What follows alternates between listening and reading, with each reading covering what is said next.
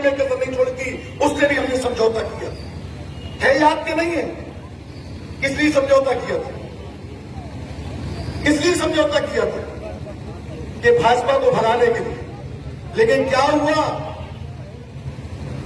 जहां जहां अखिलेश यादव जी के समाज के लोग मैनपुरी, एटा, कासगंज, फिरोजाबाद, इटावा, औरैया, कन्नौज, फरकाबाद, ये सारे अखिलेश यादव जी की समाज के और अखिलेश यादव जी के परिवार के और अखिलेश यादव जी के रिश्ते नातेदार सारे भाजपा में चले गए थे और दलित और मुसलमान गठबंधन के साथ खड़ा रहा था। तब बहन कुमारी मायावती जी ने कहा था कि जिस समाज की बुनियाद पर हम गठबंधन राजनीतिक कर रहे हैं और उस समाज की बुनियाद पर हमें वोट नहीं मिल रहा है, तो हम फिर राजनीतिक गठबंधन क्यों करें? हम तो सामाजिक गठबंधन कर ले। और वो सामाजिक गठबंधन से भाजपा की हवा पीली हो गई। इस बार हमने सामाजिक गठबंधन किया, हमने राजनीतिक गठबंधन नहीं किया, हमने सामाजिक गठबंधन किया। और समाज का कैसे?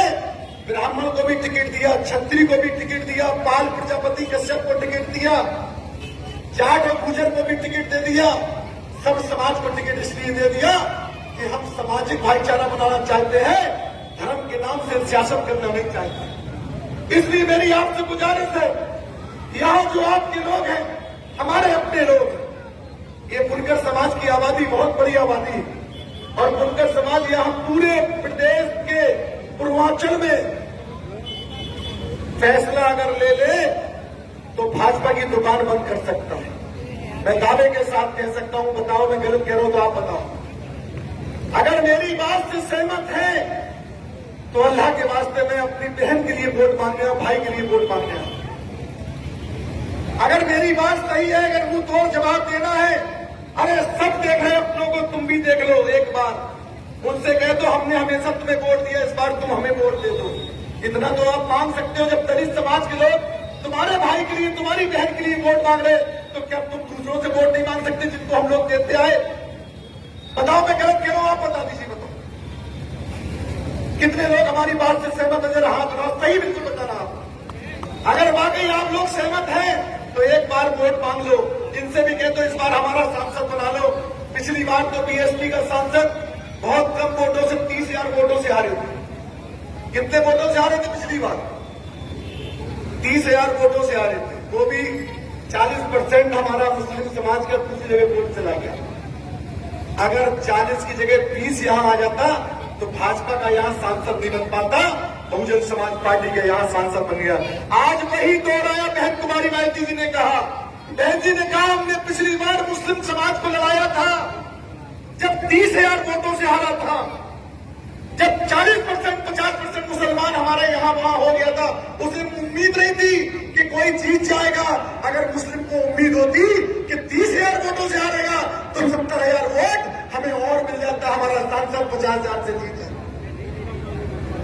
क्यों मैं गलत कह रहा हूं? बताओ आप कितने वोटों से हारे थे आप लोग? बताओ। 30,000 वोटों से हारे थे। तो 30,000 वोट, क्योंकि दलित समाज एक वोट आपको दे रहा है, आपके वोट की जरूरत है। अगर आपने तय कर लिया और अपने आप को मन बना लिया कि हमें अपना सांसद बनाना है, तो आप सांसद बना लो। अगर आप कहीं भटक रहे, इनके बहकावे में आ गए, तो ये समाजवादी पार्टी तो नहीं जीतेगी, लेकिन भारतीय जनता पार्टी जरूर जीत जाएगी। ये पिछला उदाहरण भी हम आपको बता के जाते।